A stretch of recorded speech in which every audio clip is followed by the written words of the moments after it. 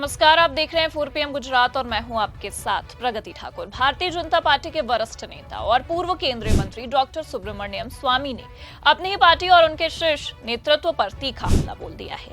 स्वामी ने प्रधानमंत्री नरेंद्र मोदी और गृह मंत्री अमित शाह पर सनसनीखेज आरोप लगाए हैं। उन्होंने राफेल डील में भ्रष्टाचार और पत्रकारों को नियंत्रित करने जैसे गंभीर मुद्दों पर खुलकर बातचीत की है। स्वामी के ये बयान बीजेपी के लिए एक बड़े विवाद का कारण बन सकते हैं। डॉक्टर सुब्रमण्यम स्वामी अपनी बेबाकी और विवादित बयानों के लिए भी जाने जाते हैं। उन्होंने हाल ही में एक पॉडकास्ट में बीजेपी के शीर्ष नेतृत्व पर निशाना साध दिया। इस पॉडकास्ट में स्वामी ने पीएम मोदी और अमित शाह पर कई गंभीर आरोप लगाए।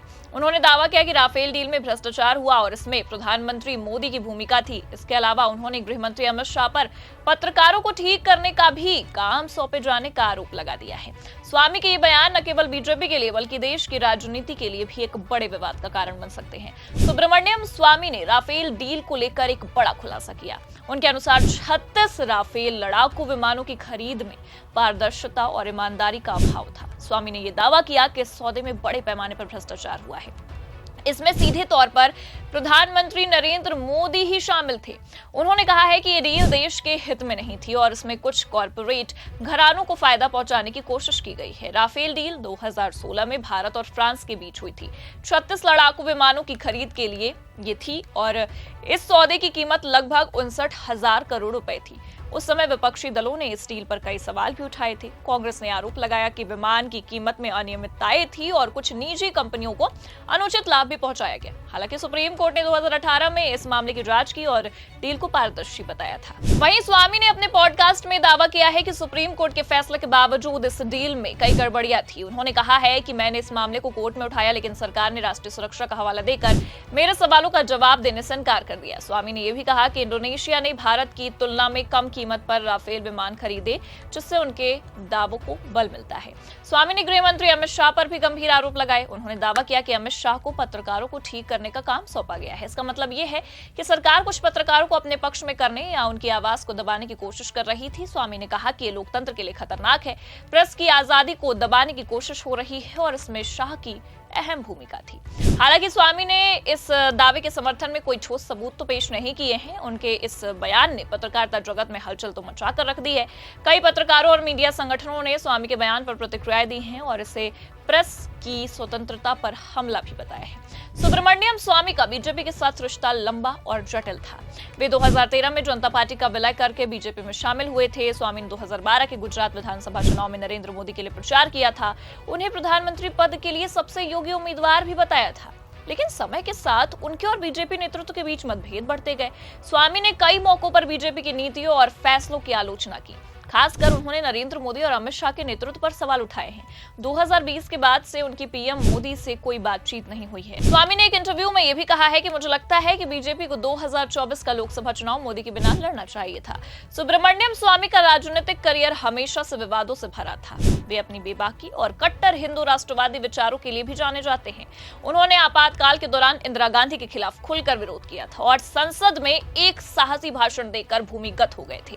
इसके अलावा उन्होंने कैलाश मानसरोवर यात्रा को फिर से शुरू करने में भी अहम भूमिका निभाई थी। स्वामी की निजी जिंदगी में भी चर्चा हो रही है और उनकी पत्नी रुखसना स्वामी एक पारसी हैं और उनकी बेटी सुहासिनी हैदर ने मुस्लिम युवक नदीम हैदर से भी शादी की। स्वामी ने अपनी बेटी के इस फैसले का समर्थन किया और कहा कि उनकी बेटी को अपना जीवन साथी चुनने का पूरा अधिकार है। राफेल डील भारत और फ्रांस के बीच 2016 में हुई थी।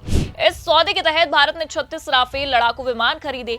इस डील में शुरू से ही विवाद रहा। विपक्ष ने आरोप लगाया कि विमानों की कीमत बहुत ज्यादा थी और इसमें कुछ निजी कंपनियों को भी फायदा पहुंचाया गया था। हालांकि सरकार ने इन आरोपों को खारिज किया और सुप्रीम कोर्ट ने भी डील को सही ठहराया। स्वामी ने इस डील को लेकर कई सवाल उठाए और उन्होंने ये दावा किया कि इंडोनेशिया ने भारत की तुलना में कम कीमत पर राफेल विमान खरीदे। उन्होंने ये भी कहा कि इस डील में कुछ कॉर्पोरेट घरानों को अनुचित लाभ पहुंचाया गया। स्वामी के इन दावों ने राफेल डील को फिर से चर्चा में ला दिया। स्वामी का ये दावा कि अमित शाह को पत्रकारों को ठीक करने का काम सौंपा गया था काफी गंभीर है। अब आपको बता दें कि प्रेस की आजादी लोकतंत्र का एक महत्वपूर्ण हिस्सा है और इस तरह के आरोप सरकार की विश्वसनीयता पर भी सवाल उठाते हैं। हालांकि स्वामी ने इस दावे के समर्थन में कोई ठोस सबूत नहीं दिए। पिछले कुछ सालों में भारत में प्रेस की आजादी को लेकर कई सवाल उठे, माहौल भी काफी गरमाया रहा। कई अंतर्राष्ट्रीय संगठनों ने भारत में प्रेस की स्वतंत्रता पर भी चिंता जताई। स्वामी का ये बयान भी इस चर्चा को और हवा दे रहा है। अब आपको बता दें कि स्वामी का बीजेपी के साथ रिश्ता बहुत पहले जैसा अब नहीं रह गया है। उनकी बेबाकी और नेतृत्व पर भी सवाल उठाने की आदत ने उन्हें पार्टी में अलग थलग कर दिया। कई लोग मानते हैं कि स्वामी का ये बयान उनकी नाराजगी का नतीजा है, क्योंकि उन्हें मोदी सरकार में कोई बड़ा पद नहीं मिला। हालांकि स्वामी ने साफ किया है कि बीजेपी का हिस्सा है वो और पार्टी छोड़ने का उनका कोई इरादा नहीं है, लेकिन उनके बयानों से साफ है कि वे पार्टी के शीर्ष नेतृत्व से खुश तो नहीं है। सुब्रमण्यम स्वामी के इन बयानों ने भारतीय राजनीति में एक नया तूफान खड़ा किया है। राफेल डील और पत्रकारों को नियंत्रित करने जैसे गंभीर आरोप बीजेपी के लिए मुश्किलें खड़ी कर सकते हैं। वहीं स्वामी की बेबाकी और उनके इतिहास को देखते हुए ये कहना गलत नहीं होगा कि वे हमेशा से विवादों के केंद्र में रहे हैं। उनके ये बयान बीजेपी के लिए एक आंतरिक चुनौती तो है ही, साथ ही विपक्ष को भी सरकार पर हमला करने का एक नया मौका दे सकते हैं। वहीं आने वाले दिनों में यह देखना दिलचस्प होगा कि बीजेपी इन आरोपों का जवाब कैसे देती है और स्वामी का राजनीतिक भविष्य क्या होता है। क्या स्वामी अपनी बात पर कायम रहेंगे या फिर बीजेपी उनके खिलाफ कोई कार्रवाई करेगी? फिलहाल के लिए इस सवाल का जवाब अभी मिलना बाकी है, लेकिन इसका इंतजार हम सबको रहेगा। इस खबर में इतना ही। आपको ये खबर कैसी लगी कॉमेंट करके जरूर बताएं। लाइक और शेयर करना ना भूले, सब्सक्राइब भी करना ना भूले। देखते रहिए 4 PM गुजरात। नमस्कार।